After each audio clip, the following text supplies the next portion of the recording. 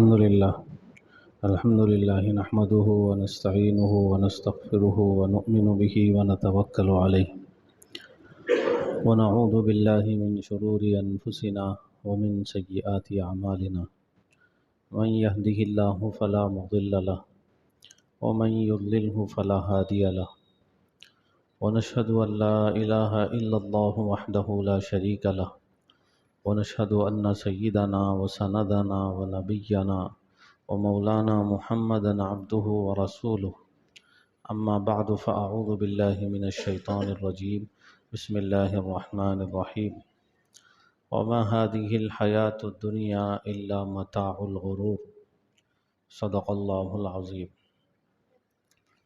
معزز سامعین کرام، عزیز ساتھیوں، بزرگوں، دوستوں، انسان دنیا میں آنے کے بعد دنیا کو اپنی آنکھوں سے دیکھ رہا ہے، جس کی وجہ سے اس کو اس بات کا یقین ہے کہ دنیا واقعی چیز ہے اور حقیقی چیز ہے، چونکہ یہ چیز اس کو نظر آ رہی ہے۔ تو جو چیز اس کو نظر آتی ہے اس کے بارے میں وہ آسانی سے اس بات کو مان لیتا ہے اور یہ کہتا ہے کہ بھئی یہ جو چیز ہے یہ حقیقی ہے، واقعی ہے۔ تو جس طرح دنیا حقیقی ہے، واقعی ہے، اسی طرح قرآن کریم کہتا ہے، نبی رحمت صلی اللہ علیہ وسلم کی تعلیمات کہتی ہے کہ آخرت بھی حقیقی ہے، واقعی ہے۔ آخرت بھی حقیقی ہے اور واقعی ہے، لیکن چونکہ آخرت انسان کے نظروں سے اوجھل ہے، آخرت اس کو دکھائی نہیں دے رہی ہے، اس لیے اس سلسلے میں انسان دھوکے میں پڑا ہوا ہے۔ جیسے ماں کے پیٹ میں بچہ ہوتا ہے تو اس کی پوری دنیا ماں کا پیٹ ہی ہے۔ اس کو اگر بتایا جائے کہ بھئی اس سے ہٹ کے بھی ایک دنیا ہے جو اس سے 1000 گنا زیادہ بڑی ہوئی ہے، اس میں اونچے اونچے پہاڑ ہے اور بڑا آسمان ہے اور بڑی زمین ہے اور بڑے سمندر ہے، ندی نالے ہیں، یہ ساری چیزیں ہیں، اس کو سمجھایا جائے، اس کو بتایا جائے تو جو بچہ ماں کے پیٹ میں ہے اس کی پوری دنیا ماں کا پیٹ ہے، یہ چیز سمجھنے میں اس کو دشواری ہوتی ہے۔ یہ چیز سمجھ میں نہیں آتی کہ بھئی اس سے بڑی بھی کوئی دنیا ہو سکتی ہے، میرے لیے تو سب سے بڑی دنیا یہی ہے۔ لیکن وہی بچہ جب ماں کے پیٹ سے باہر آتا ہے، باہر آنے کے بعد دنیا کو اپنی آنکھوں سے دیکھتا ہے تو اس کو اس بات پہ یقین آ جاتا ہے کہ دنیا واقعی ہے، اور واقعی ہے، حقیقی چیز ہے، چونکہ وہ اس کو اپنی نظروں سے دکھائی دے رہی ہے۔ اسی طرح دنیا کے بارے میں یہ بھی سمجھ لینا ہے کہ دنیا کی جتنی چیزیں ہیں سب کی سب فانی ہیں، ختم ہونے والی ہے۔ ما عندکم ینفد وما عند اللہ باق، تمہارے پاس جو کچھ بھی ہے ختم ہونے والا ہے۔ تمہاری صحت اور تندرستی اور جوانی اور مال و دولت سب کچھ ختم ہونے والا ہے۔ وما عند اللہ باق، اور اللہ تعالیٰ کے پاس جو کچھ بھی ہے ثواب اور وہاں کی نعمتیں وہ باقی رہنے والی ہیں۔ تو یہ بھی حقیقت کو قرآن کریم سمجھاتا ہے اور انبیاء کرام علیہم الصلاۃ والسلام کی تعلیمات سمجھاتی ہے۔ یہ سمجھاتی ہے کہ دنیا کی جتنی نعمتیں ہیں، دنیا خود فانی ہے اور دنیا کی ساری نعمتیں فانی ہیں، ختم ہونے والی ہیں۔ آخرت باقی ہے اور آخرت جاویدانی ہے۔ یہ قرآن کریم اس مضمون کو سمجھاتا ہے، اور نبی رحمت صلی اللہ علیہ وسلم کی تعلیمات بھی اس مضمون کو سمجھاتی ہیں کہ بھئی آخرت کی جتنی نعمتیں ہیں وہ ہمیشہ رہنے والی ہے۔ بندے کو جنت میں جو نعمتیں ملنے والی ہے ایمان والے کو، جس کے بارے میں قرآن کریم کہتا ہے عطاء غیر مجزوز، وہ جو عطیہ ہوگا اللہ کی طرف سے بندے کو جو ملے گا اس کا سلسلہ منقطع ہونے والا نہیں ہوگا، ختم ہونے والا نہیں ہوگا۔ وہاں کی جو نعمتیں ہیں دائمی ہیں۔ اسی طرح جہنمیوں کو جہنم کی جو سزائیں ملنے والی ہیں وہ بھی دائمی ہیں۔ اس کے بارے میں بھی قرآن کریم کہتا ہے خالدین فیہا ابدا، وہ لوگ جہنم میں ہمیشہ ہمیش رہیں گے۔ اور قرآن کریم کہتا ہے وما ہم بخارجین من النار، یہ جہنمی جہنم سے نکالے نہیں جائیں گے۔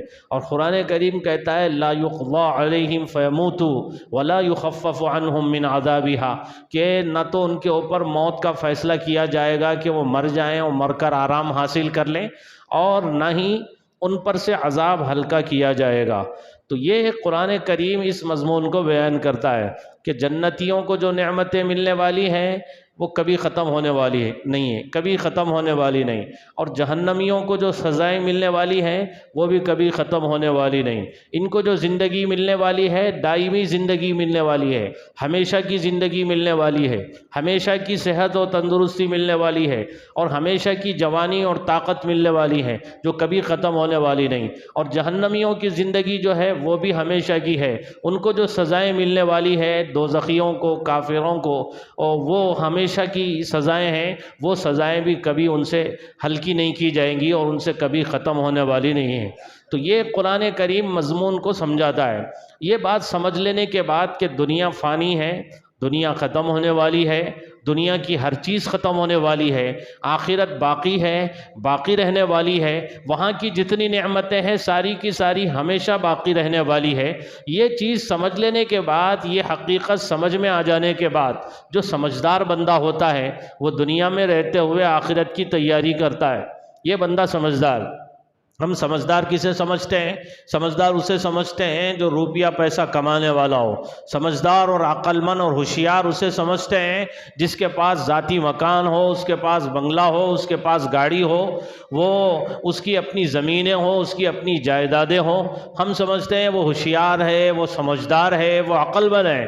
حالانکہ ایسا بندہ اللہ اس کے رسول کی نظروں میں عقل مند نہیں ہے۔ اللہ کے نبی سے حضرت عبداللہ ابن عمر رضی اللہ تعالیٰ عنہ کہتے ہیں کہ اللہ کے نبی سے کسی نے سوال کیا اور پوچھا من اکیس الناس و احزم الناس، لوگوں میں سب سے زیادہ ہوشیار اور سب سے زیادہ دور اندیش کون ہے؟ لوگوں میں سب سے زیادہ ہوشیار اور سب سے زیادہ دور اندیش کون ہیں؟ تو اللہ کے نبی نے ارشاد فرمایا کہ اکثرہم ذکرا للموت، اکثرہم ذکرا للموت و اکثرہم استعدادا۔ اللہ کے نبی نے ارشاد فرمایا سب سے زیادہ ہوشیار اور سب سے زیادہ سمجھدار اور سب سے زیادہ دور اندیش وہ بندہ ہے جو موت کو کثرت سے یاد کرنے والا ہے۔ موت کو کثرت سے یاد کرنے والا سب سے زیادہ ہوشیار ہے، سب سے زیادہ دور اندیش ہے، سب سے زیادہ عقل مند ہے، سب سے زیادہ سمجھدار ہے۔ وہ اکثرہم استعدادا، اور موت کی تیاری سب سے زیادہ کرنے والا جو بندہ ہے وہ اللہ اس کے رسول کی نظروں میں سب سے زیادہ ہوشیار ہے، سب سے زیادہ دور اندیش ہے، سب سے زیادہ سمجھدار ہے۔ اللہ کے نبی نے ارشاد فرمایا اولئک الاکیاس، یہ لوگ سمجھدار ہیں، یہ لوگ ہوشیار ہیں۔ ذہبوا بشرف الدنیا و کرامت الآخرہ، انہوں نے دنیا کی عزت بھی حاصل کر لی اور آخرت کی عزت بھی حاصل کر لی۔ انہوں نے دنیا کی عزت بھی حاصل کر لی اور آخرت کی عزت بھی حاصل کر لی۔ دنیا میں رہتے ہوئے دنیا کی عزت حاصل کی اور آخرت کی شرافت اور کرامت انہوں نے حاصل کی کہ دنیا میں رہتے ہوئے انہوں نے آخرت کی تیاری کی۔ دنیا میں رہتے ہوئے موت کو کثرت سے یاد کیا اور دنیا میں رہتے ہوئے موت کے لیے انہوں نے تیاری کی۔ تو سب سے زیادہ سمجھدار اللہ اس کے رسول کی نظروں میں وہ بندہ ہے جو موت کو سب سے زیادہ یاد کرنے والا اور موت کی تیاری سب سے زیادہ کرنے والا۔ دنیا کی عزت بھی اس کو ملنے والی ہے، آخرت کی عزت بھی اس کو ملنے والی ہے، یہ چیز سمجھنے کی ہے۔ اسی طرح نبی رحمت صلی اللہ علیہ وسلم نے ایک موقع پہ ارشاد فرمایا الکیس من دان نفسہ وعمل لما بعد الموت، کہ سمجھدار اور ہوشیار اور دور اندیش وہ ہے جو اپنے نفس کو قابو میں رکھے اور موت کے بعد کی زندگی کے لیے تیاری کرے۔ تو سمجھدار اور ہوشیار اور عقل مند وہ ہے جو اپنے نفس کو قابو میں رکھے اور موت کے بعد کی زندگی کے واسطے یہاں رہتے ہوئے تیاری کرے۔ والعاجز من اتبع نفسہ ہواہا وتمنى علی اللہ، اور نادان وہ بندہ ہے جس نے اپنے نفس کو اپنے خواہشات کے پیچھے لگا دیا اور اللہ سے امیدیں باندھا ہوا ہے، اور اللہ سے امیدیں باندھا ہوا ہے۔ نادان ہے، بیوقوف ہے ایسا بندہ جو اللہ کے حکموں پہ چلنے کے بجائے نفسانی خواہشات کی تکمیل کر رہا، اللہ کے حکموں پہ چلنے کے بجائے جو جی میں آ رہا ویسے زندگی گزارتا چلا جا رہا، نفسانی خواہشات کی پیروی کر رہا اور نفس کا غلام بن کے زندگی گزار رہا، نفسانی خواہشات کی تکمیل میں لگا ہوا ہے، یہ نادان ہے۔ اور پھر اللہ سے امیدیں بھی باندھا ہوا ہے، اللہ سے امیدیں بھی باندھا ہوا ہے، نفسانی خواہشات کی پیروی کر رہا، اللہ کے حکموں پہ نہیں چل رہا اور اللہ کی ذات سے امیدیں بھی باندھا ہوا ہے۔ یہ بیوقوف ہے، یہ نادان ہے، کیونکہ بغیر عمل کے اللہ کی ذات سے امید رکھنا یا بدعملی اور گناہوں کے ساتھ اللہ کی ذات سے امید رکھنا یہ شیطانی دھوکہ اور فریب ہے. بھائی کچھ بھی نہیں کر رہا, گناہوں پہ گناہ کرتے چلا جا رہا, اور اللہ کی ذات سے امید رکھ رہا کہ اللہ بخشنے والے ہیں, اللہ رحم کرنے والے ہیں, اللہ معاف کرنے والے ہیں, اللہ مجھے جنت میں ڈال دیں گے اور مجھے معاف کر دیں گے, وہ بہت زیادہ رحم کرنے والے ہیں. یہ شیطانی دھوکہ اور فریب ہے. بغیر عمل کے اللہ کی ذات سے امید رکھنا یا پھر گناہوں کے ساتھ اللہ کی ذات کے ساتھ امید رکھنا یہ ایک دھوکہ ہے.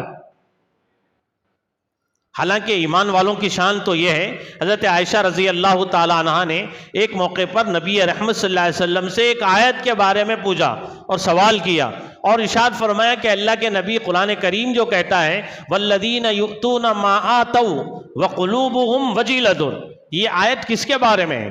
قرآن کریم کہہ رہا ہے وہ لوگ جو کہ دیتے ہیں, جو کچھ کے دیتے ہیں, اس حال میں کہ ان کے دل کانپ رہے ہوتے ہیں. وہ لوگ کہ جو دیتے ہیں, جو کچھ کے دیتے ہیں, اس حال میں کہ ان کے دل کانپ رہے ہوتے ہیں. تو یہ آیت کس کے بارے میں ہے؟ کیا یہ آیت ان لوگوں کے بارے میں ہے جو شراب پیتے ہیں؟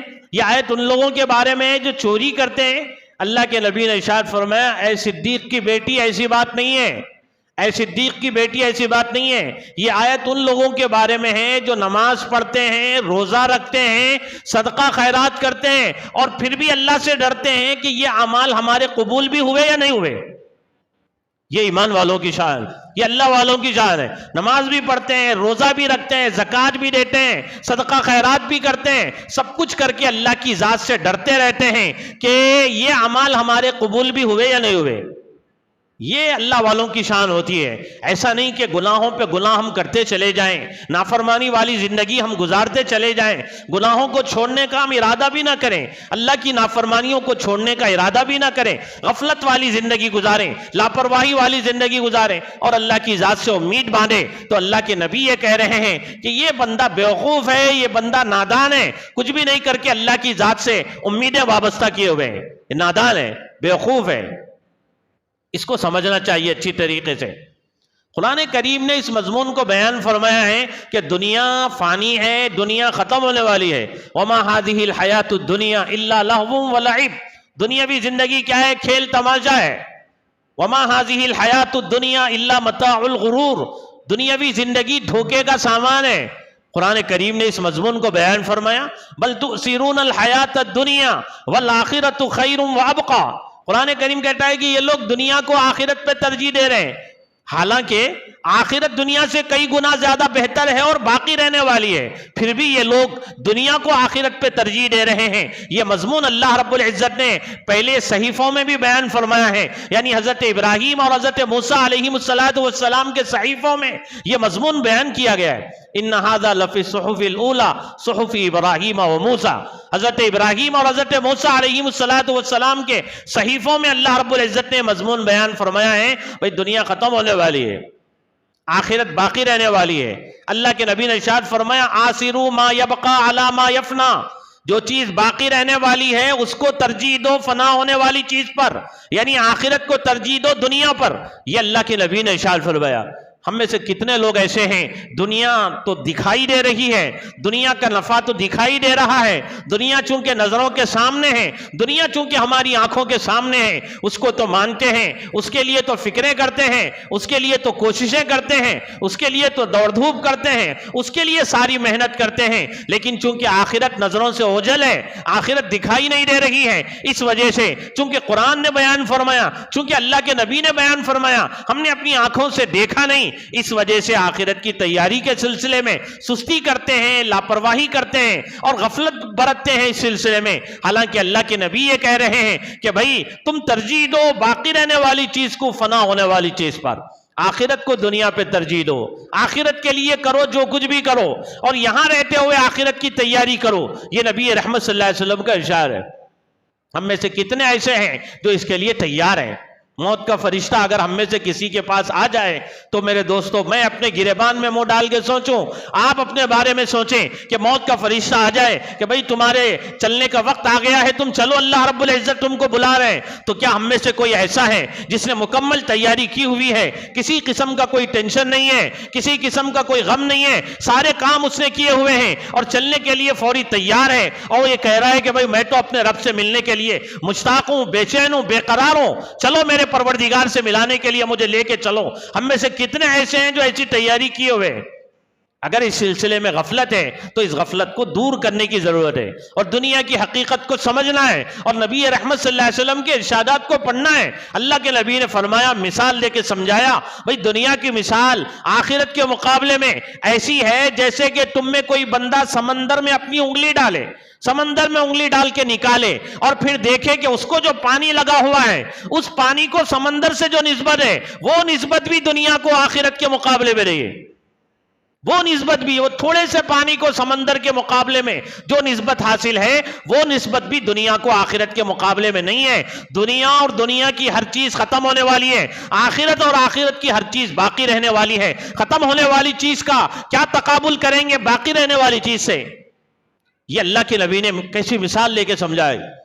ایک مرتبہ آپ راستے سے گزر رہے ہیں، حضرات صحابہ کرام کی جماعت آپ کے ساتھ ہے، نبی رحمت صلی اللہ علیہ وسلم راستے سے گزر رہے ہیں اور دیکھا کہ ایک راستے پہ ایک کن کٹا بکری کا بچہ پڑا ہوا ہے. بکری کا بچہ ہے، یا تو پیدائشی طور پہ اس کو کان نہیں ہے یا پھر کان ہے لیکن کٹے ہوئے ہیں. ایسا کن کٹا بکری کا بچہ پڑا ہوا ہے اور مردار ہے، مرا ہوا ہے. اللہ کے نبی نے ارشاد فرمایا، بھئی تم میں سے کون اس کو 1 درہم کے بدلے میں خریدے گا؟ تم میں سے کون اس کو 1 درہم کے بدلے میں خریدے گا؟ مردار بکری کا بچہ ہے، آدمی راستے سے گزر رہا ہو، کوئی مردار جانور پڑا ہوا ہو، وہ اپنی ناک پہ ہاتھ رکھ کے وہاں سے گزر جائے گا، بدبو آ رہی ہے، جلدی سے جلدی وہاں سے گزرنے کی کوشش کرے گا. نبی رحمت صلی اللہ علیہ وسلم اپنی امت کو سمجھانے کے لیے، چونکہ بات مثالوں سے آسانی سے سمجھ میں آتی ہے، اس وجہ سے آپ راستہ گزرتے ہوئے رک گئے اور صحابہ کرام سے آپ نے ایک سوال کیا اور صحابہ کرام سے پوچھا، بھئی تم میں سے کون ہے جو اس مردار بکری کے کن کٹے بچے کو 1 درہم کے بدلے میں خریدنے میں تیار ہے؟ کون خریدنے کو تیار ہے 1 درہم میں؟ صحابہ نے کہا کہ اللہ کے نبی، ہم میں سے کوئی اس کو کسی بھی قیمت کے عوض میں خریدنے کو تیار نہیں، فری میں بھی ہم لینے کو تیار نہیں، مفت میں بھی ہم اس کو لینے کو تیار نہیں. یہ مردار بکری کا بچہ لے کے کوئی بھی کیا کرے گا؟ 1 درہم تو دور کی بات ہے، ہم بلا قیمت بھی اس کو لینے کو تیار نہیں ہے. تو اللہ کے نبی نے ارشاد فرمایا، اللہ کے نزدیک دنیا کی حیثیت اس مردار بکری کے بچے سے بھی کئی گنا زیادہ گئی گزری ہے. تمہاری نظروں میں جیسے مردار بکری کا بچہ ہے، اس سے کئی گنا زیادہ ذلیل اور حقیر اللہ کی نظروں میں دنیا ہے. اللہ کی نظروں میں دنیا کی کوئی حیثیت ہی نہیں.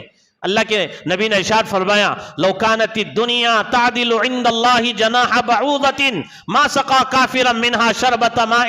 اللہ کے نبی نے ارشاد فرمایا کہ بھئی اگر دنیا کی حقیقت اللہ کے نزدیک مچھر کے پر کے برابر بھی ہوتی تو کسی کافر کو اللہ رب العزت 1 گھونٹ پانی پینے کو نہ دیتے.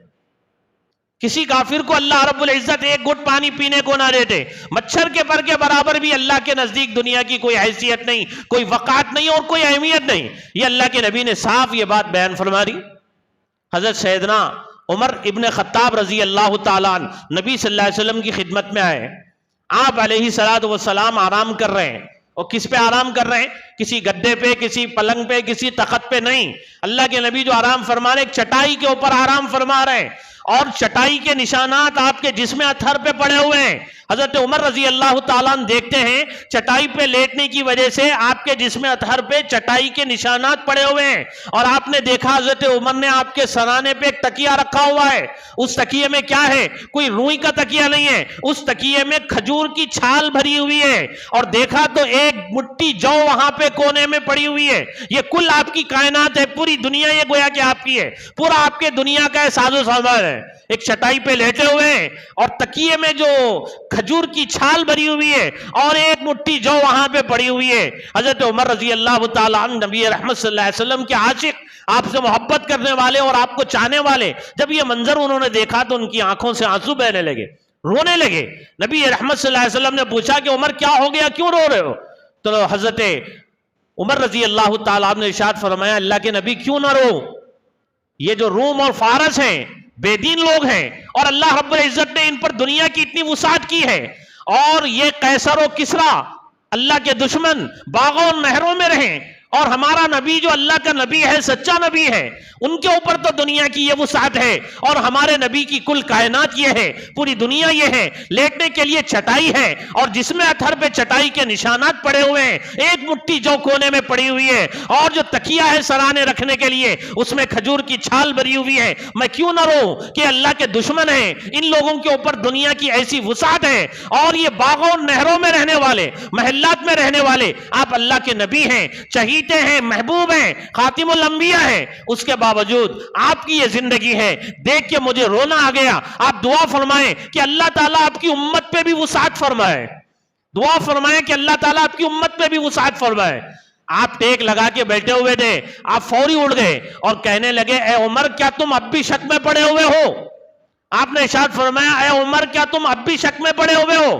یہ دنیا اور دنیا کی نعمتیں جو ہیں ساری کی ساری کافروں کے لیے دنیا میں ہیں، یہ ساری کی ساری نعمتیں ہم کو آخرت میں ملنے والی ہیں، یہ سب ان کو دنیا میں ملنے والا ہے، آخرت میں ان کے لیے کچھ بھی نہیں ہے۔ ہم کو جو کچھ بھی نعمتیں ملنے والی ہیں آخرت میں ملنے والی ہے، چونکہ الدنیا سجن المؤمن و جنت الکافر، اللہ کے نبی نے ارشاد فرمایا دنیا ایمان والے کے لیے قید خانہ ہے اور کافر کے لیے جنت ہے۔ جنت میں ہر چیز ملتی ہے، جو بندہ چاہتا ہے وہ ملتا ہے، اور اس کی ساری خواہشات پوری ہوتی ہے۔ تو دنیا میں کافر کی خواہشات پوری ہوتی ہیں، اس کی تمنائیں آرزویں پوری ہوتی ہیں، خوب دنیا ملتی ہے، خوب نعمتیں ان کو ملتی ہیں، اور ایمان والے کے لیے دنیا قید خانہ ہے۔ قید خانے میں قیدی کی اپنی کوئی خواہش اور اس کی کوئی ضرورت پوری نہیں ہوتی، جو چاہے کھا نہیں سکتا، جو چاہے پہن نہیں سکتا، جہاں چاہے سو نہیں سکتا، جو پہنائیں گے وہ پہننا پڑے گا، جو کھلائیں گے وہ کھانا پڑے گا، جہاں سلائیں گے وہاں سلانا پڑے گا۔ اس کی اپنی کوئی خواہش نہیں، اس کی کوئی اپنی آرزو نہیں،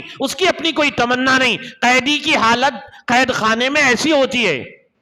ایمان والے کے لیے دنیا قید خانہ ہے، اس کی خواہشیں، اس کی آرزویں، اس کی تمنائیں پوری کی پوری دنیا میں پوری ہو جائیں ایسا کوئی ضروری نہیں۔ اللہ رب العزت نے اس کے لیے جو کچھ بھی نعمتیں رکھی ہیں آخرت کے لیے رکھی ہیں۔ ما لا عین رأت ولا اذن سمعت ولا خطر علی قلب بشر، جنت میں ایمان والوں کے لیے اللہ رب العزت نے جو نعمتیں تیار کر کے رکھی ہیں وہ نعمتیں ایسی ہیں کہ اس کو کسی آنکھ نے کبھی دیکھا نہیں، کسی کان نے اس کے بارے میں کبھی سنا نہیں، کسی کے وہم و خیال میں ایسا واہمہ نہیں آیا اور خیال پیدا نہیں ہوا۔ ایسی نعمتیں اللہ رب العزت نے جنتیوں کے لیے جنت میں تیار کر کے رکھی ہے۔ یہ ساری چیزیں وہاں پہ ہیں، یہاں رہ کے بندہ یہ سمجھے اس کی ساری خواہشیں پوری ہو جائیں، ساری آرزویں پوری ہو جائیں، اس کے لیے چاہے جھوٹ بولنا پڑے، اس کے لیے چاہے دھوکہ دینا پڑے، اس کے لیے چاہے کسی کا مال ہڑپنا پڑے، اس کے لیے چاہے کسی کی زمین دبانا پڑے، اس کے لیے چاہے کسی پہ ظلم کرنا پڑے، سب کچھ کریں گے اور پوری دنیا حاصل کرنے کی کوشش کریں گے۔ تو میرے دوستو دھوکے میں ہیں ہم، اس دھوکے سے ہم کو نکلنے کی ضرورت ہے۔ کتنے ہم میں سے ایسے ہیں جو یہ سمجھے ہوئے ہیں، اور گھر کے چکر میں، بلڈنگ کے چکر میں اور محل کے چکر میں وہ بن بھی نہیں پاتا کہ ہماری روح نکل جاتی ہے، فرشتہ آ جاتا ہے اور روح قبض کر لیتا ہے۔ اس دھوکے سے نکلنے کی ہم کو ضرورت ہے، اور قرآن کریم نے اس مضمون کو سمجھایا اور اللہ کے نبی نے اس مضمون کو سمجھایا، اور جگہ جگہ پہ مثالیں دے کر نبی رحمت صلی اللہ علیہ وسلم نے اس مضمون کو سمجھایا۔ ایک صحابی کے کندھے پہ ہاتھ رکھے اللہ کے نبی نے ان سے ارشاد فرمایا کن فی الدنیا کأنک غریب او عابر سبیل، دنیا میں ایسے رہو جیسے کہ پردیسی رہتا ہے یا راستہ گزرنے والا رہتا ہے، ایسا دنیا میں رہو۔ پردیسی پردیس میں جا کے کوئی محل تھوڑا ہی بناتا ہے، وہاں جا کے کوئی بڑے انتظامات تھوڑا ہی کرتا ہے، اور کوئی مسافر سفر کی حالت میں کوئی بڑے انتظامات تھوڑا ہی کرتا ہے۔ بھئی جہاں تھوڑی دیر کے لیے بیٹھ گیا، رک گیا اور اپنی ضرورت پوری ہو گئی، اس کے بعد میں آگے نکل جاتا ہے۔ دنیا میں ایسے رہو جیسے کہ کوئی پردیسی رہتا ہے یا کوئی اجنبی مسافر رہتا ہے، یہ نبی رحمت صلی اللہ علیہ وسلم کا ارشاد ہے۔ اس لیے میرے دوستو اس دنیا کی حقیقت کو سمجھ کے دنیا میں رہ کر آخرت کی تیاری کے لیے اللہ رب العزت نے ہم کو بھیجا ہے، یہاں رہ کے اس کی تیاری کی فکریں اور کوششیں کرنی چاہیے، اور ایسی تیاری ہونی چاہیے کسی بھی وقت میں فرشتہ آ جائے روح قبض کرنے کے لیے، ہم خوشی خوشی اللہ سے ملاقات کے لیے بے چین ہو اور چلے جائیں اور رخصت ہو جائیں، اور اس کے لیے بالکل تیار تیار ہوں، اس کے لیے تیاری کرنی پڑے گی، اور جو لوگوں کے حقوق ہیں ان کو ادا کرنا پڑے گا، کسی کا مال دینا ہے دینا پڑے گا، اور کسی کو ستایا اس سے معافی مانگنی پڑے گی، اور سارے بندوں کے جو حقوق ہیں ادا کرنے پڑیں گے، اور جو اللہ کے حقوق ہیں اس کو بھی ادا کرنے پڑیں گے۔ اس کے بعد میں ہم اپنی آخرت کی تیاری کی فکریں اور کوششیں کریں گے، موت کا فرشتہ آئے گا، خوشی خوشی دنیا چھوڑ کے جائیں گے۔ اللہ تعالی ہم سب کو اس کی توفیق نصیب فرمائے، آمین۔ وآخر دعوانا الحمدللہ رب العالمین۔ سنتیں پڑھ لیجیے۔